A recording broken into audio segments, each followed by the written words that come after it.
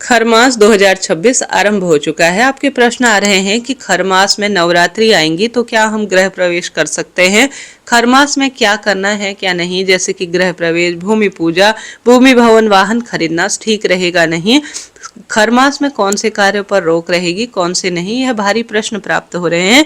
सुनिएगा और अंत तक बने रहिएगा। 15 मार्च 2026 की रात 1:08 से करीब करीब सूर्य भगवान मीन राशि में प्रवेश करेंगे और साथ के साथ कर चुके हैं, और साथ के साथ यह 14 अप्रैल को मीन राशि से निकलकर अब मेष राशि में गोचर करेंगे। ऐसे में खरमास अपने आप में शुभ और श्रेष्ठ समय नहीं जाता, क्योंकि सूर्य नारायण भगवान जो कि प्रत्यक्ष देवता है, और प्रत्यक्ष देवता अगर कमजोर अवस्था में, ग्रहों के राजा अगर कमजोर अवस्था में होते हैं, आत्मा के कारक उन्हें जाना जाता है, वह कमजोर और श्रेष्ठ बलवान अवस्था में नहीं होते तो कार्य में बल प्रदान नहीं होता, ऐसा कहते हैं। और साथ ही हमेशा देखा जाता है गुरु ग्रह की मजबूती किस स्वरूप में है और सूर्य नारायण की स्थिति को सबसे पहले देखा जाता है। उसी के अनुसार हिंदू जो धर्म में है वह शुभ काम को प्राथमिकता और श्रेष्ठता दी जाती है। परंतु खरमास आरंभ है, ऐसी स्थिति में भारी दुविधा आती है कि क्या करे क्या नहीं।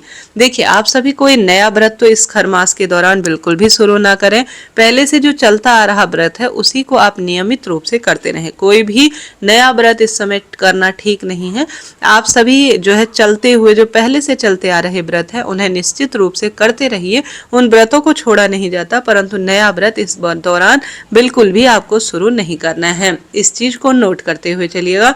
नवरात्रि के व्रत निश्चित रूप से आप कर सकते हैं। नवरात्रि एक त्योहार है, एक उत्सव है, एक साधना का समय है। नवरात्रि के व्रत नए सिरे से शुरू करने में भी कोई दोष नहीं है। इनका समापन जो है 10 दिन के भीतर ही हो जाता है, परंतु लंबे समय तक चलने वाले काम, लंबे समय तक साल 2 साल किए जाने वाले व्रतों को खरमास के दौरान शुरू करना ठीक नहीं है। 15 मार्च से 14 अप्रैल तक आप नया व्रत शुरू ना करें। दूसरा प्रश्न कि उद्यापन कर सकते हैं। देखिए, उद्यापन भी संभव हो तो पूरे 1 महीने रुक जाइए, उसके बाद उद्यापन करते हैं तो ज्यादा श्रेष्ठ फलों की प्राप्ति होती है। परंतु अति आवश्यक होने पर, बहुत विशेष कहीं जाना है, फिर ऐसा लगे कि सूतक पातक की स्थिति हो जाएगी, या ऐसा है कि ऐसा लगे कि अब कैसे होगा, किस स्वरूप में मैं रहूं या ना रहूं, इस तरह की कठिन परिस्थिति में ही उद्यापन करना ठीक रहता है। नहीं तो आप उद्यापन भी अभी रुक जाइए। शुरू के 15 दिन बहुत अधिक मान्यता होती है कि शुरू के 15 दिन पर बहुत अधिक देखा जाता है, फिर थोड़ा सा समय बदलता रहता है तो निश्चित रूप से बाद में कर लिया जाता है, परंतु शुरू के 15 दिन तो आपको अवॉइड करना ही चाहिए। ठीक है, यह बात हो गई। आप खरमास अर्थात मलमास के दौरान आप सभी को किन नियमों का पालन करना चाहिए, यह भी जरूर से सोचना चाहिए। जैसे कि खरमास में सूर्य भगवान कमजोर अवस्था में होते हैं तो गृह प्रवेश इस दौरान बिल्कुल नहीं करना है। इस चीज को नोट करते हुए चलिएगा। जैसे हम गृह प्रवेश करते हैं तो वह शुभता के रूप में नहीं होता है, ऐसा मान्यता है। वैसे भी चैत्र का महीना जो अभी होता है ना, ये खरमास के हिसाब से और चैत्र का महीना गृह प्रवेश के हिसाब से ठीक नहीं देखा जाता। इसके बाद बैसाख का महीना आता है, वो बहुत शुभ होता है गृह प्रवेश करने के लिए। कमेंट्स में दिया हुआ है कि आप बैसाख महीने में कब किस स्वरूप में शुभ मुहूर्तों का चयन करें ताकि गृह प्रवेश कर पाए। आज इस वीडियो को आप जरूर देखिएगा। अब प्रश्न आता है भूमि पूजा का। भूमि पूजन भी नहीं है। जो भी 16 संस्कार के जैसे विवाह, रोका सेरेमनी और कुआं खोदना, या ये सब जो भी 16 संस्कार के जो शुभ काम होते हैं इस चैत के महीने में, जिसे काला महीना भी हमारे क्षेत्र में कहा जाता है और खरमास के रूप में भी इसे जाना जाता है, तो अभी नया व्रत आप शुरू ना करें, इस बात को नोट करिएगा। ठीक है, यह बात हो गई। अब प्रश्न आता है दीदी जो चैत्र नवरात्रि आ रही है तो चैत्र नवरात्रि में क्या हम प्रतिपदा के दिन, कई अष्टमी नवमी के दिन क्या हम जो है गृह प्रवेश या कोई भूमि पूजा कर सकते हैं? देखिए, शास्त्रों में, ज्योतिष में तो इनका नहीं दिया है, कोई भी मुहूर्त शुभ रूप में नहीं दिया है। 8-10 पंचांग है, किसी में भी नहीं दिया है नवरात्रि में गृह प्रवेश के शुभ मुहूर्त।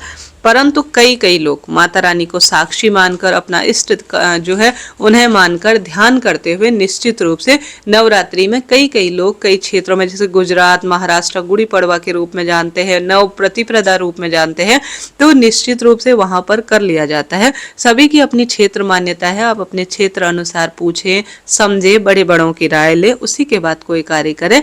मेरी माने तो अभी रुक जाइए, अगर ऐसा है कि अति आवश्यक है तो निश्चित रूप से गृह प्रवेश भी नवरात्रि में किया जा सकता है, कोई दिक्कत नहीं। माता रानी है वह सभी दुख दर्द और नवग्रहों की दशा को ठीक करने वाली हैं, तो चिंता टेंशन की कोई बात नहीं है।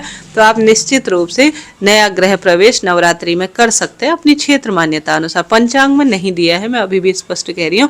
आप सभी अपने आसपास पंडित जी से एक बार पूछ लीजिएगा, ठीक है। नवरात्रि में कई क्षेत्रों में करते हैं, प्रतिपदा अष्टमी नवमी हमारे आसपास भी कई लोगों को मैंने देखा है करते हुए। गुजरात और जो है महाराष्ट्र, इन क्षेत्रों में भी होता है। आप अपने राय अनुसार क्षेत्र अनुसार कर सकते हैं, ठीक है जी। आप बहुत श्रेष्ठता के रूप में तो अभी रुक जाइए, अति आवश्यक होने पर सब किया जा सकता है नवरात्रि में, कोई दिक्कत नहीं। अब प्रश्न आता है कि हमें क्या करना चाहिए ताकि खरमास हमारा सफल हो जाए। तो आप खरमास के दौरान ज्यादा से ज्यादा सूर्य उपासना करें। सूर्य देवता प्रत्यक्ष देवता है। सूर्य भगवान को रोज जल चढ़ाएं। जल के लोटे में लाल फूल लाल चंदन डालकर ओम घृणी सूर्याय नमः या सूर्य देवता की जय कहते हो, जो भी आपको मंत्र आता है सूर्य भगवान के, उन नाम मंत्रों का जाप करते हुए सूर्य भगवान को जल चढ़ाएं। आदित्य हृदय स्रोत का पाठ करें।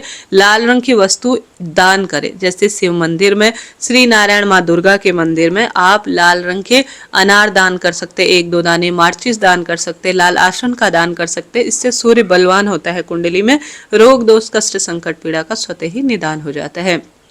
तो इस तरह से आप यह कार्य करें, लाभ तो आपको देखने को मिलेगा ही। तो इस तरह से यह जानकारी थी।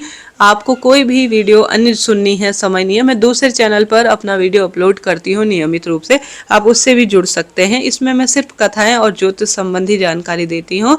तो आप चैनल से जुड़े, आपसे अनुरोध है। प्रश्न पूछे, कोई भी ज्योतिष जानकारी चाहिए तो आप व्हाट्सएप के द्वारा कोई कुंडली विश्लेषण इत्यादि भी करवा सकते हैं। राधे राधे।